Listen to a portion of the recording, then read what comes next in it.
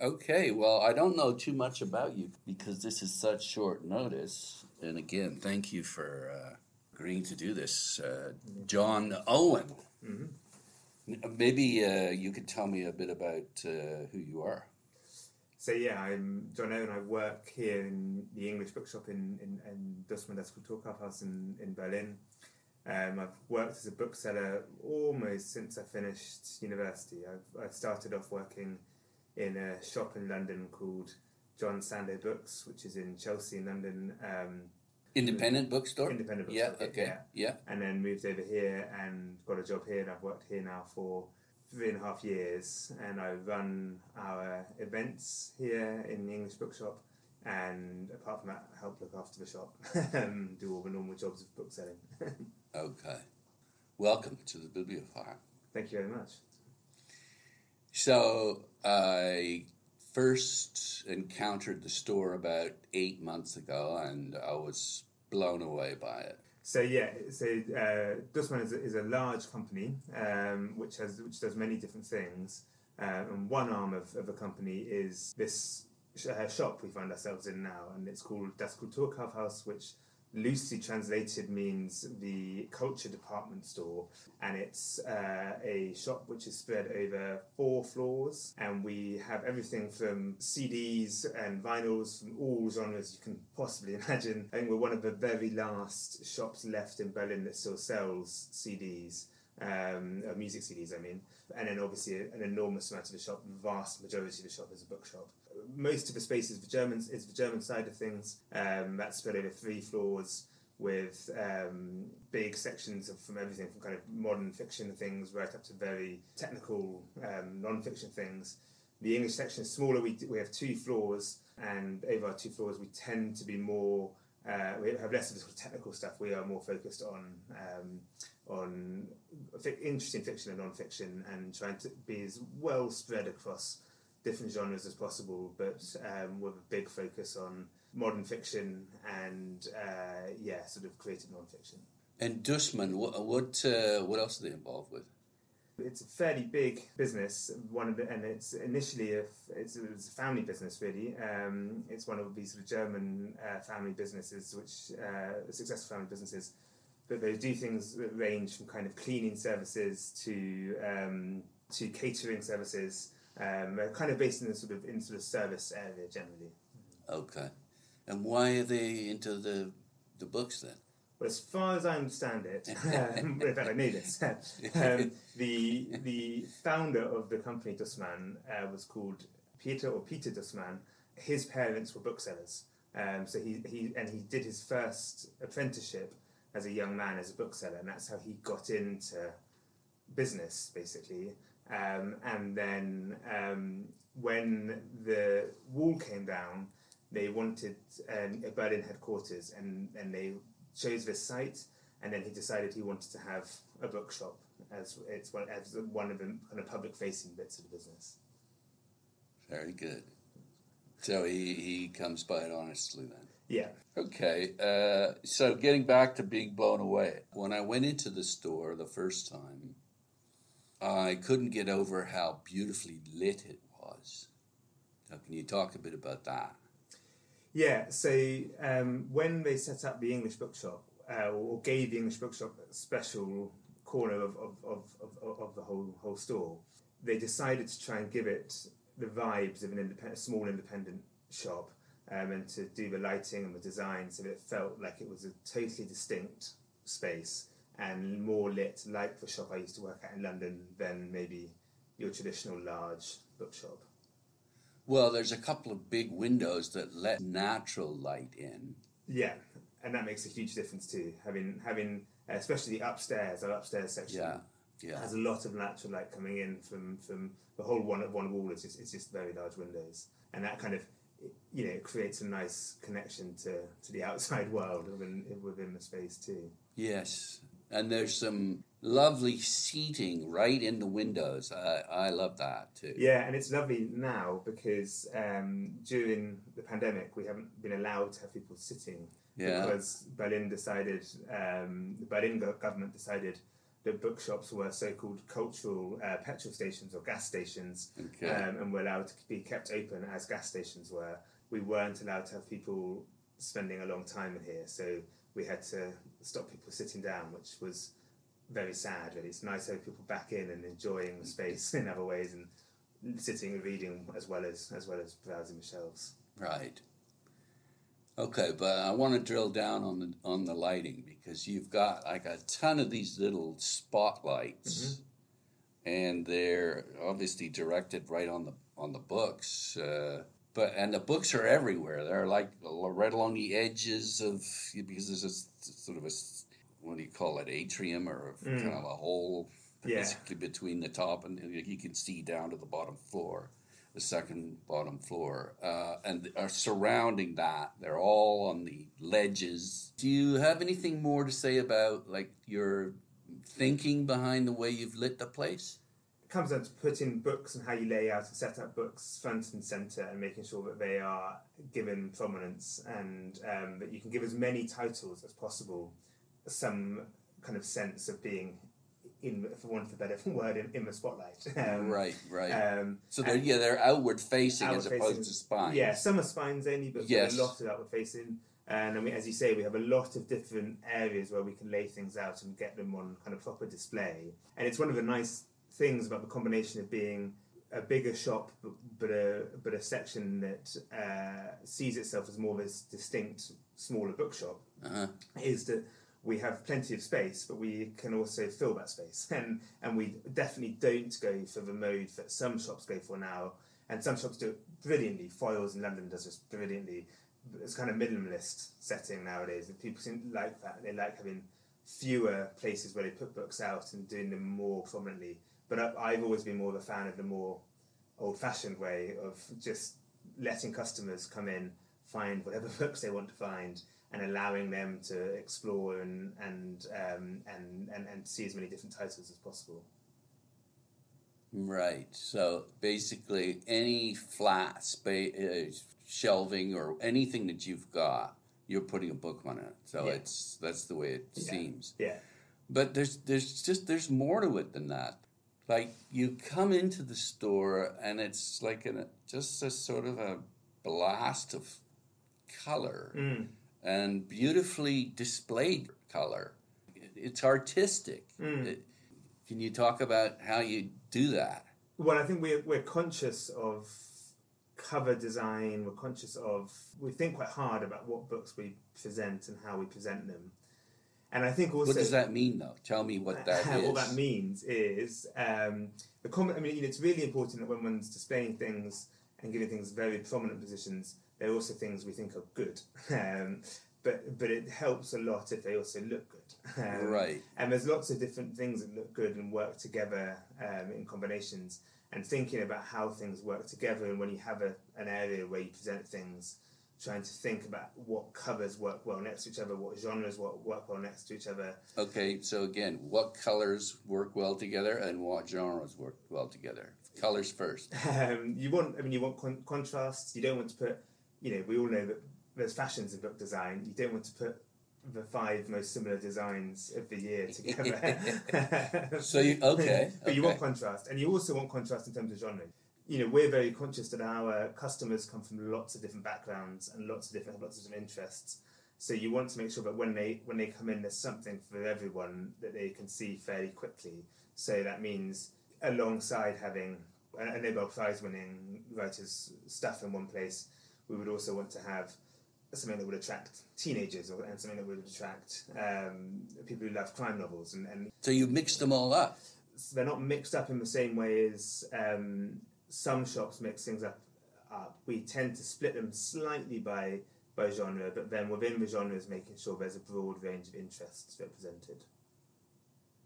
Okay. And there are certain areas where we would display a wide range of books from across the shop in one place, so that you would have a political science book next to a YA novel, and that's always quite fun because you see that people sometimes like both. yeah, or surprised that something's beside it and look at it. Exactly, yeah. And that's what bookshops are for. Bookshops are for people to come in and find things that they didn't necessarily know they wanted, alongside picking up obviously their favourite writers and things. But it's we're conscious of the fact we want people to come in here and discover things. Yeah, I mean, I think that's one of the great strengths of a bookstore. It's exactly that. Any other strengths that you want to come up with? In general, about bookshops or about us? About bookshops, and then about you. Okay. I think, in general, the bookshop market has often felt under threat, and has always felt it's in crisis. But actually, bookshops are one of the most constant things on high streets all around the world, and they provide I think we're called, as I said earlier, the cultural department store here, and having a sense of somewhere where people can come in and see lots of different kinds of culture in one place, whether that's limited to books, which have an enormous range of genre, etc., or having a few other things in there, and by doing things like events and using the space for reasons other than just the pure hard-nosed business of selling books, but also trying to make it into a place that's interesting and has its own buzz and feels like it's an important cultural institution, I think is a important role of bookshops all over the world. And that applies just as much to a 4-story shop like ours as it does to the wonderful, tiny, small... I was just recently down where my father's from in West Wales, and the town that he's from... Where's that? Carmarthen, it's called. Okay. And they have a tiny independent bookshop in it, but it's a hub for the town. Yeah. And I think that that's what you want bookshops to be able to do, especially in the 21st century, when obviously they're having to rethink their roles a bit.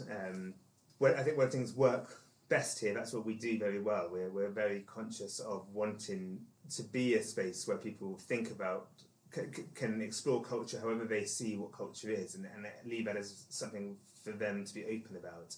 But by doing things like running events, and especially when we're trying to run events in the English Bookshop, which appeal to both the ever-growing community of Germans who prefer reading English books in the English language. That's something that Jonathan Landgrebe mentioned, is that upwards of 50% of the books, I think he mentioned Sally Rooney, her books in English sell here as well as they do in English, as well as they do in German. In this shop, her books in English sold significantly better in English than in German. So what does that say? Is that saying that English is taking over the world rapidly, or what? No, because I think there's still a very exciting German language book market. And if you went, they will have just changed today, and I've only just come to work, so I can't. But we have a bestseller list as you come into the shop, and I can guarantee you that there will be English titles in it. And at the moment, partly because there's lots of tourists in town, we'll have quite a lot of titles. Yeah. But as soon as there's a big German book comes out, that will go to the top every time. Mm-hmm. Except when there's a Sally Rooney or a Margaret Atwood or someone like that. But I think what it does tell you is that I was recently talking to the rep from a British publisher from Fitzcarraldo, and they were saying that Germany is now their biggest non-UK market, and that's very interesting to me, because I think it's something that we see on the ground here. Sorry, because the States, I mean, there's a rights issue there, right? Yeah, okay. Precisely. Yeah. In this case, it's a rights issue, but I I think I don't think they distribute to the States. So. Right. But still, I would imagine that 10, 15 years ago, they would have been looking much more to, Ireland first of all, to France potentially, had a bigger expat community in the past. There were other markets that were certainly stronger than this was, and now I think the combination of a sizable expat community in Germany, but also this very, very noticeable fact that Germans are tending now, if they can, to read books in English. What explains that? It's a good question. I think I don't think Germans speaking good English is new. No, I mean, they all take it in school exactly, up till when they graduate, right? But I guess it's like anything, isn't it? At some point, it becomes a fashion, and I think it's also that people have moved more towards thinking it's the right thing to do. Right. A bit like the Russians reading French in the day. Exactly. Yeah. And I think, it's interesting. Sometimes you do notice that just if you spend a couple of hours in the shop wandering around, you notice that people don't buy all their books in English, even if they sometimes buy 5 books and maybe buy 2 in a translation to German and 2 in English, or mixing it up a little bit. It sort of takes all sorts, but I think it is just one of those developing trends that is definitely visible. Mm-hmm. And then I think we as booksellers probably, especially as English booksellers or English language booksellers in Germany, that we really see very clearly that especially anything aimed at younger markets as well. So Sally Rooney is a great example of this. Margaret Atwood as well. The YA stuff that's doing very well at the moment. The teenagers especially like reading in English, and I'm sure that's partly driven by social media and kind of school fashion kicks in, doesn't it? And at some point teenagers do what their friends do. But it's in those segments it's definitely very visible. I'm trying to do at least one podcast that doesn't include Margaret Atwood's name, but I've been unsuccessful. She's in Berlin next month, so it's... Oh, is she? Oh, well, there we go. Okay, I'm going to miss her, or maybe I won't. So I was getting back to the blown away part. I'm still not quite sure how you do it. Coming into the store and scanning it, it's like scanning a work of art. It's maybe Klimt or because you've got all those colors, but that's how it seemed to me. And so you're saying yes, you put the contrasting covers together. There must be something else, though, isn't there? Is there something else? I often think the booksellers were like bakers.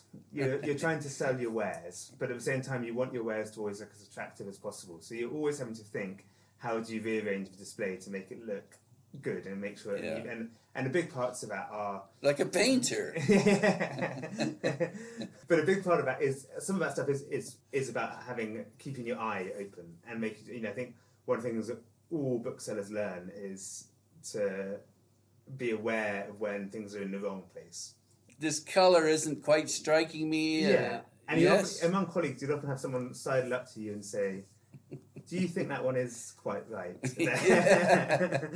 Okay. So what, when they hire you, you need to have some kind of sense of colour. And is that one of the things that you look for? Well, I think it's more that you need to have a good sense of awareness, of aesthetic awareness, I'd say. Okay.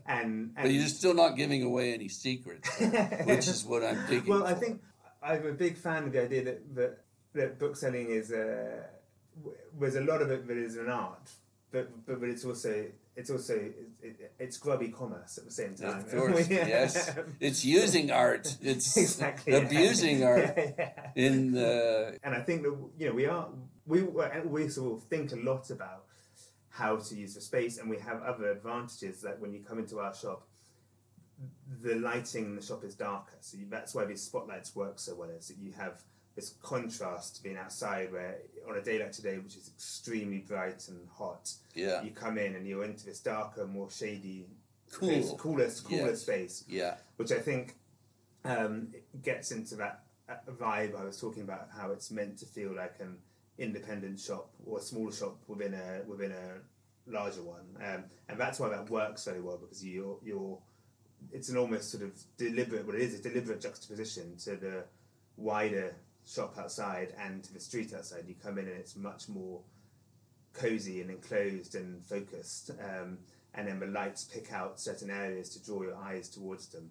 And then the important thing, obviously, that we do, where we are engaging as much of our aesthetic sense as possible, is to make sure that those things that are having focus drawn to them are earning that focus. Yes. And making sure that you're not wasting space or... Well, the other thing, too, is you've got the same book spread throughout the store. Yeah. I don't know. I mean, I haven't seen that often. Yeah, I mean, there's different philosophies on that. I think our philosophy is that if you do that, people, not everyone who comes into a bookstore has been into a bookstore before, and it's important that bookstores don't try and scare away or don't scare away customers because they don't understand the system or whatever. Yes, so yes. what we're trying to do with that is to make sure that people can find books that they might have come in to look for in a range of spots, and then get more used to the environment of the shop as well. When one has worked in books for a while and is familiar with the book world, you sort of assume that everyone knows that a fiction section would start with A and go down to Z, but that's only because we all know that, and we're all used to that. And you definitely don't want to be scaring off people who have never seen a shop who never used a shop in that sort of way and aren't aware of how those systems work and might just want to come in and find the book that their friend recommended them for their holiday, and it's important they can find it. Yeah, for example, I think it was writing and maybe I can't remember what it was exactly. Literature, language, writing. That's what it is. I saw 3 or 4 books by Rebecca Solnit. Then I walked around the corner and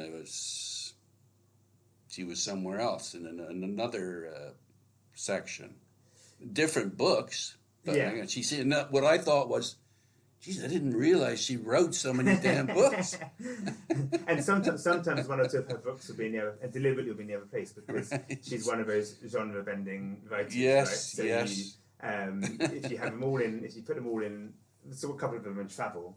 If you put them all in travel, then people start saying, "Well, hold on, shouldn't they be with literature, language?" If you do the other way around, then you get the same confusion. So it's important that you try and head off those questions before people think you don't have things or think that you don't. You're deliberately leaving a writer out of your stock. But if I'm her, I'm liking this because, as I said, I saw her here, and then wait a minute, there she is again. If I'm her, I'm thinking, this is exactly what I want from a bookstore. Definitely, but and also if you think, there's other reasons to do that. I mean, if you think, for example, we have lots of great writers nowadays live in Berlin, right? So we have a space where you can find people who live in Berlin, but then they would, if their books belong somewhere else, they'd also be in the place that they belong. So those sorts of things where you can give people a different focus are really important as well, and kind of make sure people are aware of. Because actually, it's one of the things that's always frustrating about the categorization that we have in the book world. Like, obviously, crime novels tend to be able to put into the crime novel section quite easily. Yeah. But there's so many books that you sort of think, oh, well, it is kind of a travel book, but is that not very reductive? Well, what you're going to do is put it where it sells the best.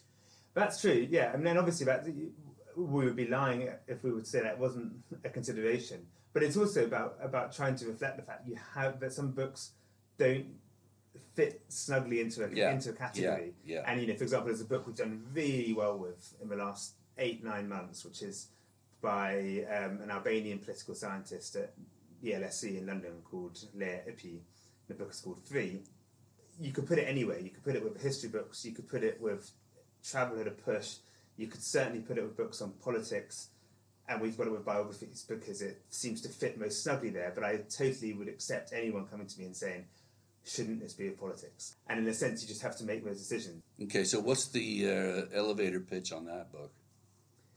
Well, it's a fabulous memoir of a woman growing up in a moment of enormous political upheaval between the communist era and the move into sort of anarchical 90s in Albania, but written in a way where she is questioning not only her own childhood but also the political systems that she encountered at the time, and building those two things together in a really, really, really intelligent but also superbly written narrative. Okay, I'll buy it.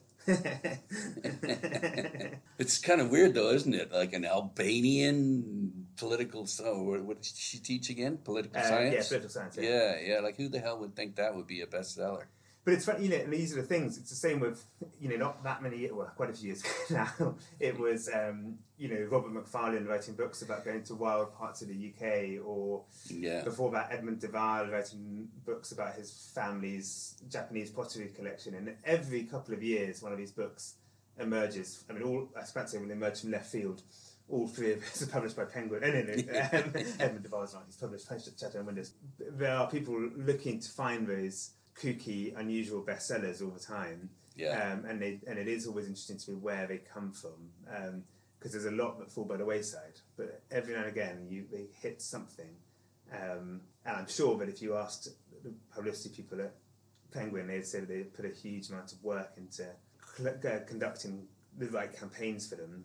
Mm-hmm. But at the same time, I think people sometimes just find ideas that they think are romantic and interesting, and I think that's something about this Albanian book, is that people don't know anything about Albania, so it's a good way into learning about a new place through a genre of biography or autobiography, which memoir, which people tend to find a kind of accessible way into wider history and wider stories, and I guess there's always a sort of hook for people, isn't there? And then once the hook starts working, it can drag quite a lot of fish with it, I suppose.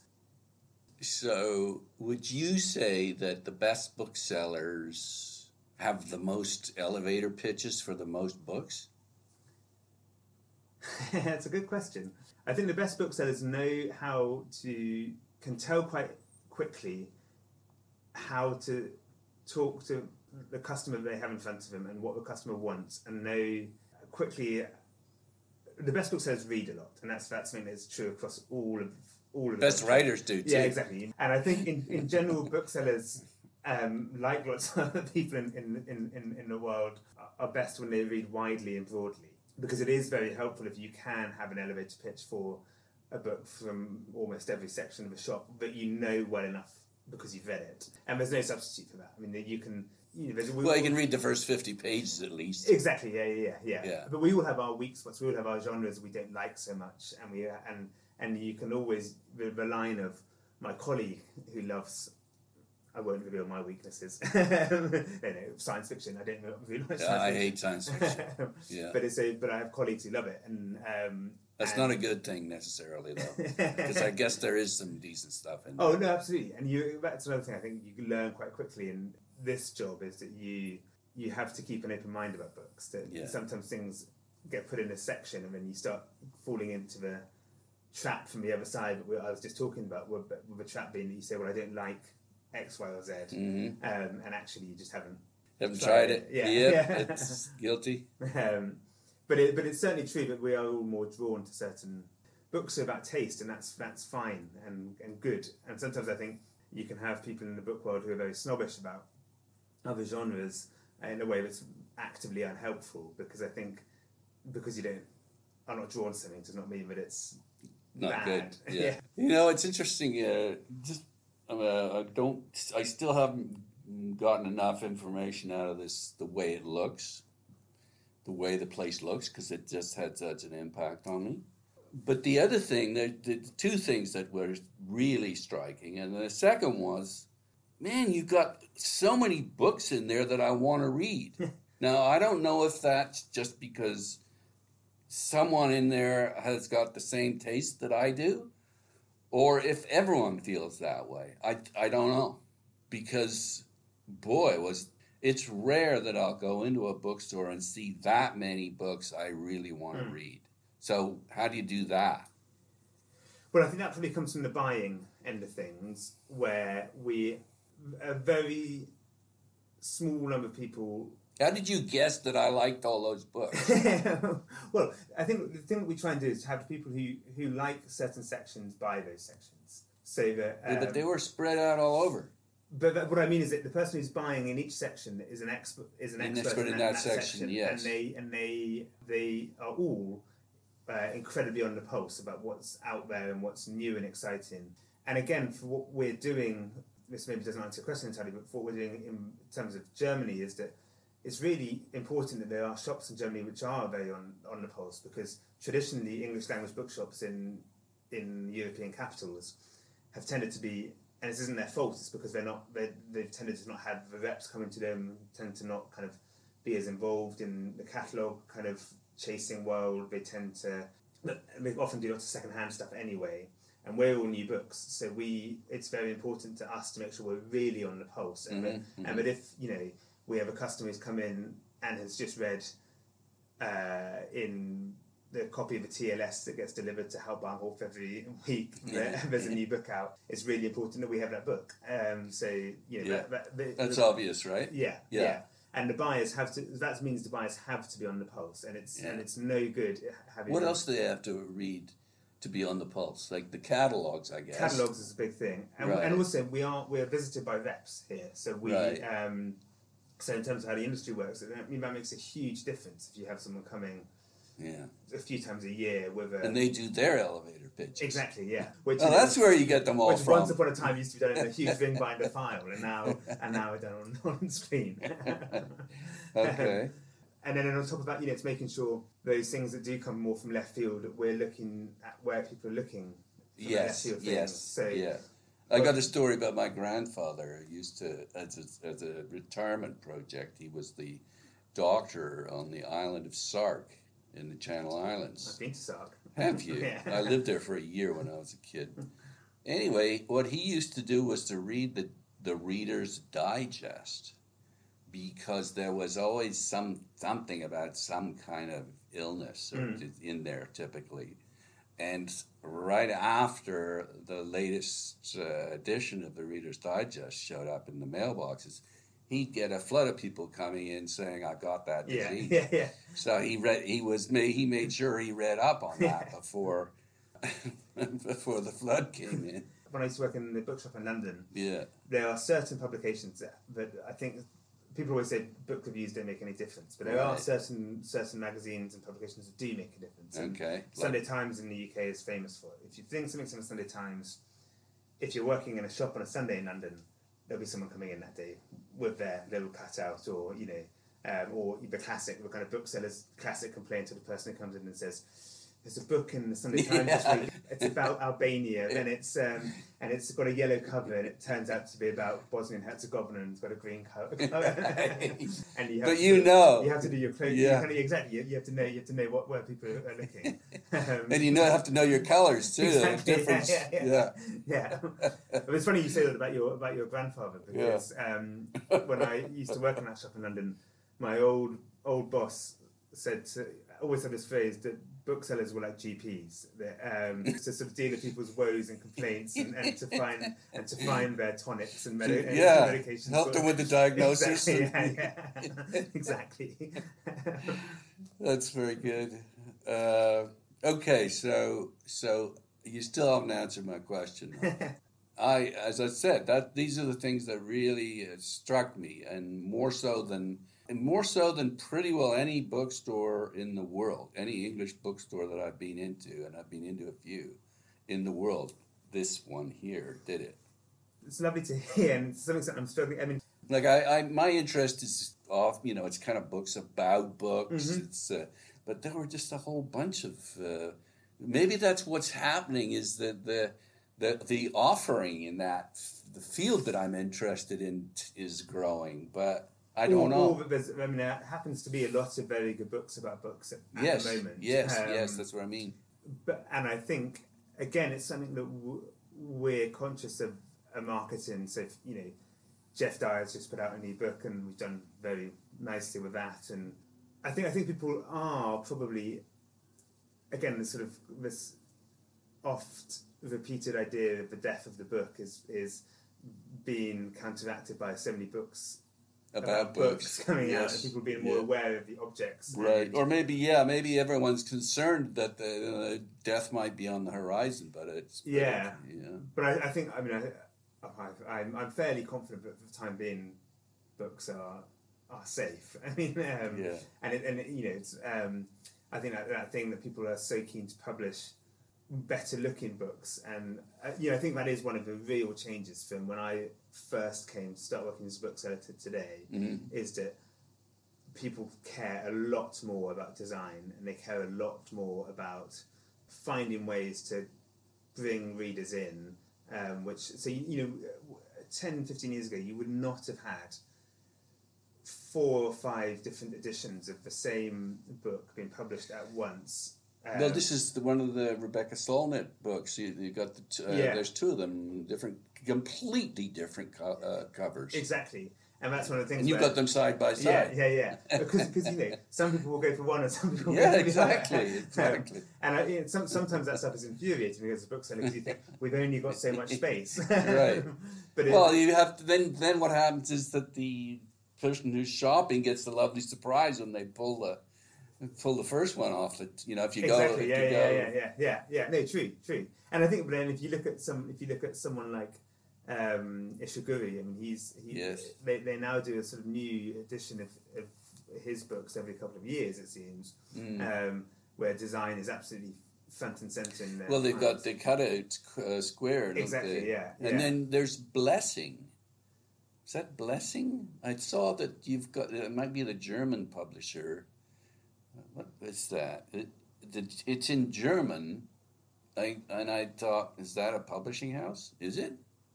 It was here, I think, in the German section. It's not one that I know immediately. I'd have to go have a look. Yeah, I might be out to lunch here, but anyway,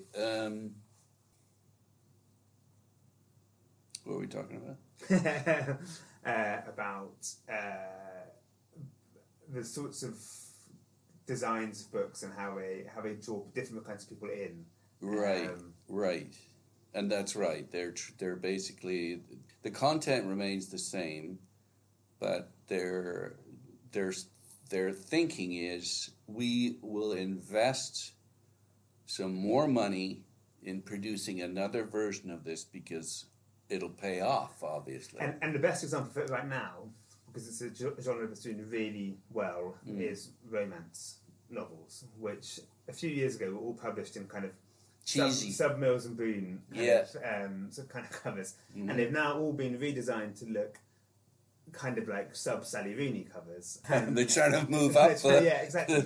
I swear, if you put two books together, half the people who buy one would never buy any other design. Oh, so yeah, that's it's what is it? There's some advertising that is bullshitting you, basically. Give publishers their dues. They're good. They know what they're doing. Right. But again, it's like if you buy it because you think it's going to be similar, you bring it. Well, I guess you can always bring it back to the bookstore, but say this design was false advertising. Yeah. But I think books have often done that. I mean, there was a big trend a few years ago for books to have kind of abstract art on the cover and kind of the geometric shapes. Yeah. And there were lots of them were completely different to each other, but they'd clearly worked out that was a rich kind of marketable design. Yeah. And after The Hair of the Amber Eyes, lots of books had kind of objects on, or the Neil McGregor book on History of the World and 100 Objects. Those two books made people put objects on the fronts of books in a way that I think hadn't been done much before.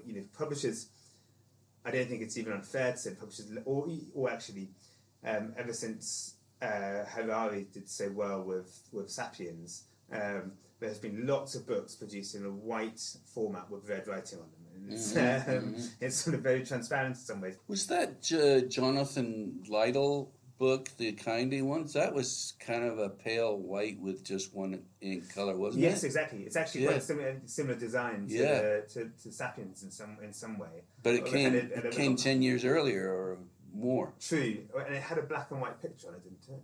As far as I remember.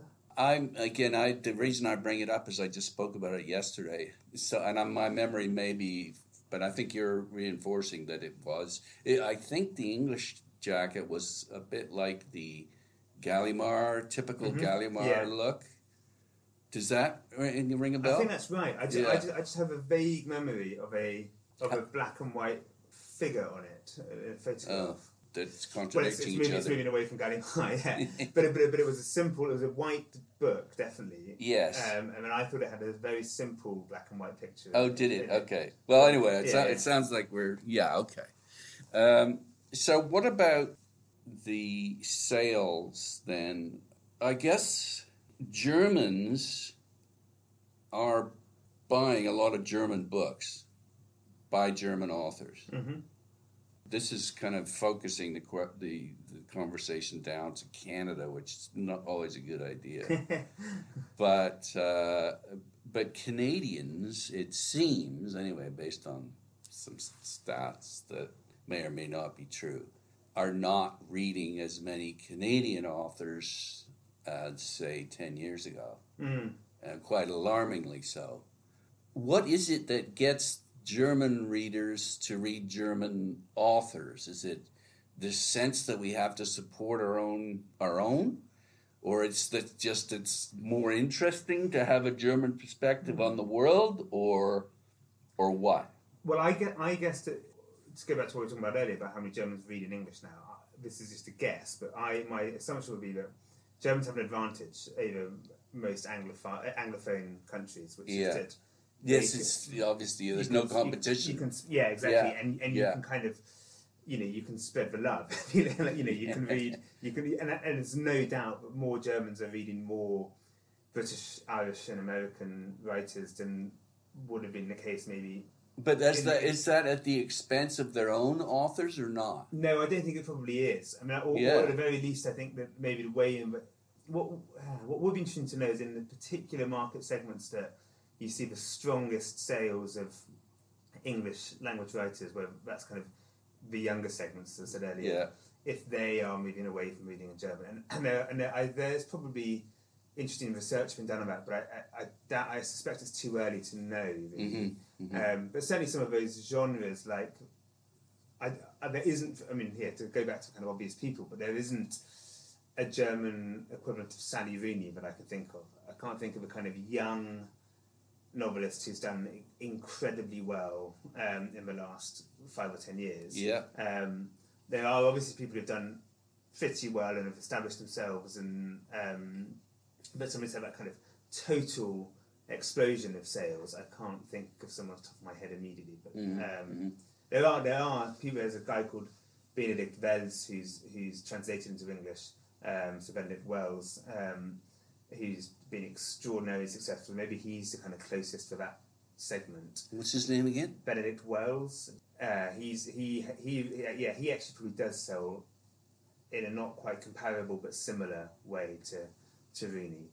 But I guess the truth is that, even if you have more people reading in a second language that they're very, very fluent in, there is a comfort and an advantage to reading in your native language anyway. And I find that with myself when reading English and German, but I can sometimes go through phases where I'll read 4 German books in a row, and then I'll just be craving right. reading an English novel. Yes, okay.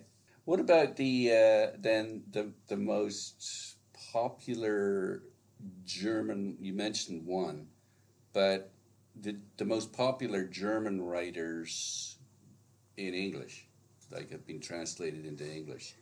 Yeah. Who are the best, do you think?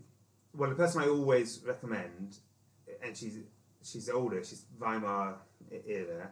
She's called Irmgard Coin, and she's wonderful. How do you spell that? The first name is Irmgard, okay, and the surname is Keun. And she's a kind of chronicler of Berlin at this moment of upheaval at the end of the 20s, going into the 30s. Cool. And she's really got that kind of dialect of Berlin, alongside the energy of the city at that time, really comes across in her novel. She's wonderful. And that's available in English. Available in English, published by Penguin. Right. Traditionally, what's done best in translation, I think, is writers who have some connection to one of the 2 German dictatorships of the 20th century. That tends to be what pulls in English language publishers. But that is beginning to change, and you're beginning to move now to... there's a small publisher just started in Berlin called V&Q Books, who are V&Q Books, who are a kind of daughter company of a German publisher, and they're run by the translator Katie Derbyshire. We're having her to do an event here in September, and she is trying to publish the kind of German novels that often haven't been published up to this point. In English. In English. Yeah. And she sees her market for that as, to some extent, the fact that you have around 20,000 British expats in Berlin alone, which is more than enough to sell a print run, obviously. But not all of them are good. Of course. But one would hope maybe if you get 10 or 15 of that, then you're laughing.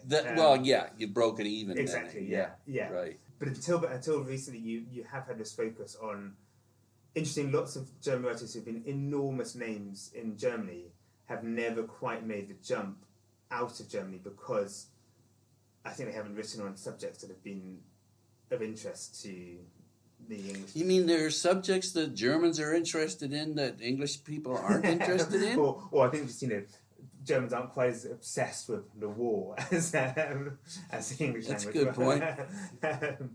But and yet it does frequently come up in conversation when I'm here. For sure, and of course there are wonderful German writers who've written about it and who've made, and actually there are, I was just trying to think of some of the more successful people as I was talking. One of the very successful recent writers is a guy called Robert Zitaler, who has had 3 books translated into English now. Okay.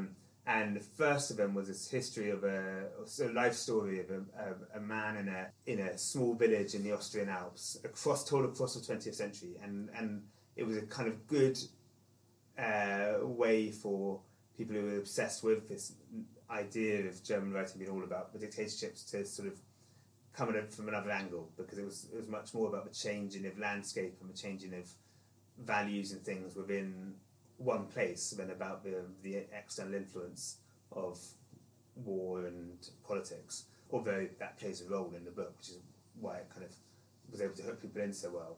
There's things that maybe in the English language market have never done that well, books which are more theoretical and things. Yes. Like French writers, there's a whole large number of kind of very postmodern French novelists who have never been translated into English. Yeah. Probably never will be, because right. It's very hard to do it well, for one thing. And if you do it well, it's then... well, that's because lots of it doesn't make any sense. Exactly. So how the hell do you translate that? Yeah. But also, if your context isn't defined by 68 in Paris, it's impossible to get people to be interested in that, even though for lots of French readers, that would be one of the most important kind of industry-changing events would have been 68, and it's the same here. The left-wing movements of the 70s were enormously influential in West Germany, especially, and got relatively little press. People kind of heard of Baader Meinhof outside of Germany, but that's about as far as it goes normally. Yeah. So books that kind of relate to that or came out of those movements, I think, have found it harder to get translated. And it's just also, there's the simple fact, isn't there, that not that much stuff gets translated into English. Well, I guess it has to make financial sense. Yeah. And maybe it doesn't. Yeah, you're dependent on either very good sales or grants, etc., to do it. And that's a difficult market. Right. Okay, so have I plumbed the depths of your knowledge about the visual aspect of the bookstore? Have you got anything to add to that? I don't think I do. But Okay. No, that's fair. And what about the content again? But the fact that I was so attracted to so many books, and not because I was attracted by the way they looked, of course, but I really wanted to read a surprising number. But I think that's where we're doing something right, and that's why it's good to hear. Yes. But it means we're hitting those sweet spots, and we're hitting the sweet spots of, because that's again what it's not necessarily a zeitgeist. It's just I'm fascinated by them. No. But I don't mean a zeitgeist. What I mean is that for us and what we're doing, we're making sure that we've got a good and interesting range of things. Because what's great to hear is that you come around and do that, and someone who's interested in books about business theory comes on and does that. Says the same thing. Right. That's what I'm trying to get at. And is this hold for everyone, or? I think what we try and do is be pretty broad. But so good at picking in each category. Yeah. And I'm trying to get at how come you're so good? Because you don't have the same person buying for every category. So some shops would have a centralized one buyer buying for a huge number of things. You know what this reflects? It reflects how the New York Times book review works. Yeah. They have 12 or whatever the number is preview editors, and each one of them has an expertise. Yeah. and they make the choices. Exactly, yeah. And you know, every now and again we would sit down and say there's a title coming up that everyone should be aware of or something, but basically it's left to individuals to make the choices of what they buy and then how they display what they buy. And then, of course, there's the combination of, well, what's really, really good and what's going to sell. Yeah, yeah. And that's, you know, that's going to be the other thing that where reading a lot helps. You have to, you know, what you want as a bookseller is you want to have your Sally Rooney there, but you also want to have it next to or be thinking about what people who like Sally Rooney might like. And that shouldn't, you know, you're trying to be... It has to be good, obviously. You don't want to disappoint your book buyer by saying, geez, they put this right next to it, so I thought, yeah, it's got to be as good, or that's what they think, and it stinks. Exactly, and you know, what you're trying to do is to be different to an algorithm. Because an algorithm would, you know, the publisher sits at their computer, they put in young Irish writer, or you know, modern relationships or something. Yeah. And those are obviously interesting hooks, but sometimes that's not why someone actually might have enjoyed that book. They might have enjoyed that book because it's funny, or because it, you know, something the algorithm couldn't pick up. The algorithm can't pick up, and sometimes just the fact that you can stand there and be the quality control post, or the kind of, you know, at least talk about why you liked one book and another book appealed to you. Can help people make a more informed decision. And when it comes to laying books out, the same logic applies. That you know, not everyone wants to come up to us and ask for recommendations. So when you're laying things out, you're wanting to say books about books. We'll have a few of them next to each other, and then we'll make sure that those, or we'll try and make sure that those are going into sort of interestingly different directions. Like, for example, okay, I'm interested in books and how they're produced and made and written and, you know, reviewed, whatever. But I'm also interested in learning. So it's a book about what goes on in your brain when you're learning. I think that's what happened. I saw that and I thought, yeah, that's why I read books, so I can learn. Well, for example, we put a book about bilingualism in that section as well, and how bilingualism has a neurological effect. And in other shops here, that book would definitely be with psychology, but we sort of took the view that because people who are interested in books and language, especially in a city like Berlin, which is very multilingual, are more likely to look for that book or to find that book in a section about words than about concepts, if that makes sense. It just makes perfect sense, because I want to buy that book too, or not necessarily, like, because I know that being bilingual is, or attempting to be bilingual, is really good for your brain. Exactly, yeah. And it'll help me learn. Yeah, and the people who think that are probably all book buyers. Right. Okay, so we've worked out the color. Do your book buyers buy based on design? I think they would claim never. Right. But I mean, you want to make sure you've got, you know, a great selection of designs to make your bookstore so colorful. Well, and there we are lucky that publishers are basically very good at it now. Right. And I guess, but you know, it's true that if you're looking at a catalogue, and I don't want to, you know, I don't want to single out publishers who are bad at it, but there are some publishers whose books you look at and you think they could have done a better job. And what's a good job then? I think a good job is just when you're looking, you know, when we get sent catalogues, we get, or if we look at things up on the computer for the first time, we see a, you know, whatever it would be, an A10 image of the cover, and if you look at that and you think, oh, that is cool, then they've done their job pretty well. Right. The ones where you look at it and you think, oh God, is that meant to be a novel? It looks like it's a treatise. That's all right. But I'll buy it despite that. Yeah, exactly. Yeah. Right. But again, you know, one of the things that the buyers do that is important is that they exercise. You know, bookshops are curated spaces, and the curation takes up different forms. Right. But we don't have space for every single book that comes out. So you know, there's questions about what you do and don't buy. What percentage of books that come out you're able to put in the store?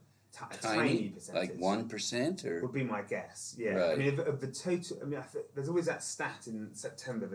Every year, September, there's a Super Thursday, which is the day when most books get published in the year, and Christmas run up. Right. And one year, they were listed in the paper or online somewhere. And it was, off the top of my head, I think it was like 1,000 books were published that day, of which I, as a bookseller, was aware of maybe 150, and we probably had 50% of those, or something like that. So, maybe slightly more, but anyway, that's a sort of ratios I expect. Because obviously the majority of books that get published still are academic books or kind of quite niche interest books, whose market just works differently. We're trying to, we're there for people who for more broad interest things, and in that trying to cover as many different distinct areas. But we're, for example, it would just never be worth us holding lots and lots and lots of undoubtedly very interesting kind of hardcore academic books, partly just because the way the market works now, they're very expensive, and partly just because it's not really our target market. Where most people will get those books through us if they want to order them, but they're coming in a more directed way. The way we set up a shop is about people who are coming in to browse. Yeah, browsing is arousing. Browsing is arousing, exactly, yeah. Where'd you go to school? I did my undergrad at Oxford, and then I did some postgrad here in Berlin. And I did my high school in London.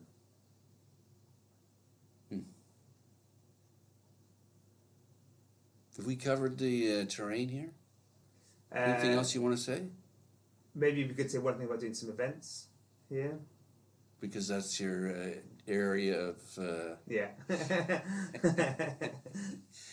Good. Let's get it in. Crowbar out. What do you want to talk about then? Well, I mean, I guess...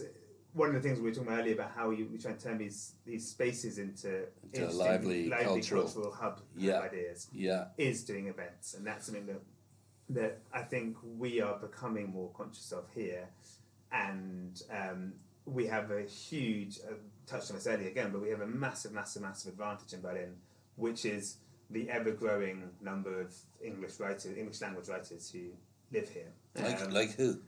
Who's some big ones? Lauren Euler, it's been very successful recently. She lives here. Megan Nolan lived here for a while. Amy Liptrot, Paul Scraton, who was downstairs earlier. Musa Okwonga, Ben Ferguson. There's lots of these people who are. I didn't put you on the spot there, did I? You responded very well. But I guess the thing is, you would know these people because you want to get them in the store. I want to get them in the store. Yeah. I think we are very conscious of having that here and wanting to take advantage of it, and at the same time having this. These different elements of English language readers or different groups of English language readers in the city. Who often don't have a space to come together, and by doing some events you can kind of force that issue, I suppose. Can you run that by me again? Well, we have expats, big group of expats, we have Germans who read English books, right? And if we can provide a more obvious space, because the expats and they would kind of tend to do their own thing, right? Exactly. So that's interesting, And as Berlin has actually more than one big literary festival every year, but the biggest one is in September each year. It's the ILB. What's that entail? It's a wonderful festival. I mean, it gets huge names from around the world. So when is that scheduled this year? It's September top of my head, September the 7th to the 17th. That's very cool. I'm going to be here, so cool. I might come here for that. So she who must not be named, it will be at it, and she will be at it. Yeah, okay. And I'm pretty sure McEwen is at it. But every year, the quality of people they get is astounding. You obviously benefit somehow from that. Well, we sell the books. You've got the contract with yeah, nice. Do you hold events that are connected to that festival? No, we don't. No. One of the reasons for that is that it's traditionally been the case that when English language writers come to do events in Berlin, right, they do them with translation, etc., so that they are appealing to as wide a market as possible. And one of the things that we're saying is we want to do things in English. Yeah. Well, the English authors can only do it in English. Exactly, and having someone sitting there translating for them doubles the length of an event. Yeah. So we're trying to sort of trying to have a slightly more informal series of events, so that people aren't having to. Yeah, it's a bit tiresome, isn't it? Yeah. And we're doing it in collaboration with a magazine here, so it's kind of another way of called Ex-Berliner, where we're kind of bringing together their readers and our space a bit as well, which is also fun. I thought you weren't doing the event. No, not for that, but for our own events. I mean,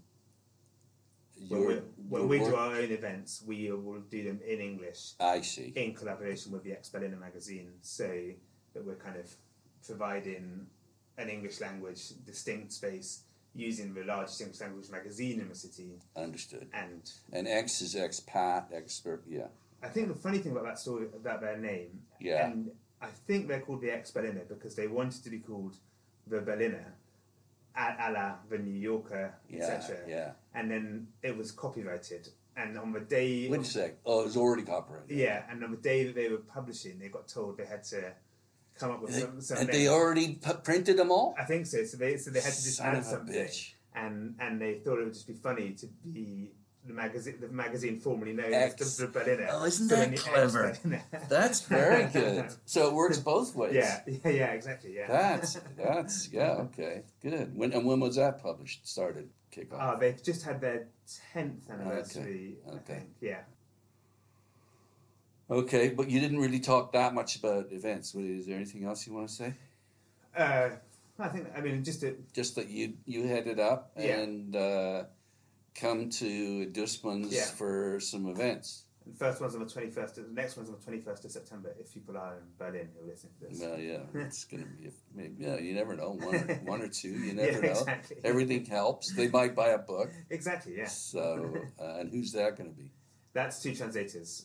So it's Katie Derbyshire who runs that publisher, B&Q Books. Yeah. And a translator called Lucy Jones who's translated some really cool people.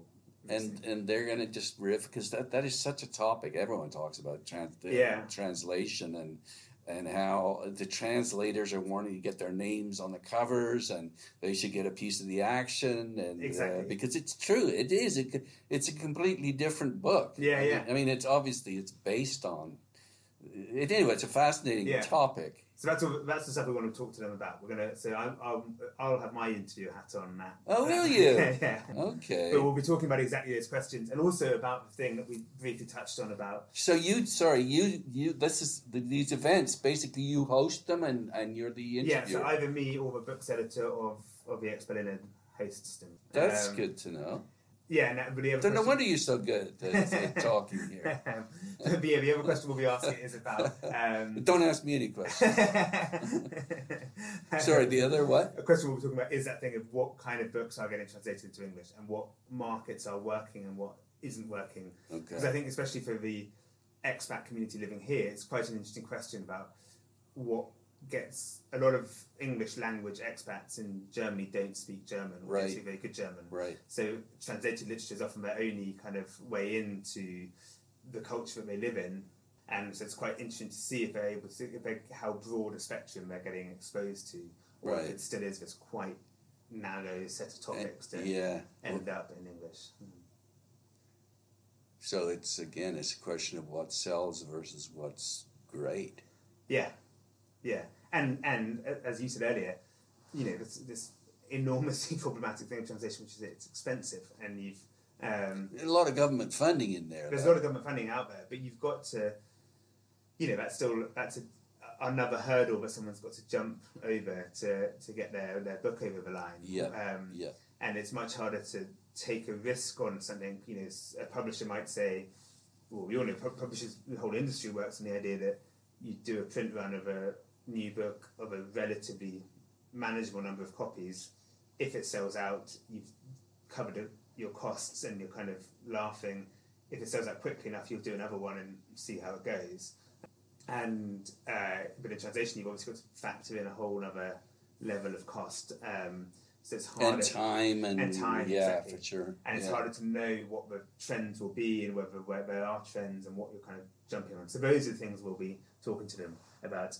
And then the event after that will be totally different and will be all about a book that's just come out on East Berlin's best football team, and their kind of, it's a very well written account of their year of greatest success, but then set against their history of being in the East during the Cold War and their longer term history, but told through interviews and anecdotes with various people from the community of the club. So that's kind of where we're going to be going in the autumn. Very good. Okay, if I'm Dussmann, I'd be very nervous because there's going to be some publishers listening to this, publishers and other booksellers, and they might want to scoop you up. So maybe you should start negotiating, or maybe wait. But anyway, thank you so much. It's been a real pleasure. It's a real pleasure. Yeah. So John Owen is maybe you could do the extra. The head of events and bookseller at Dussmann das KulturKaufhaus in Berlin. Very good. Thanks again. Thanks so much. Okay.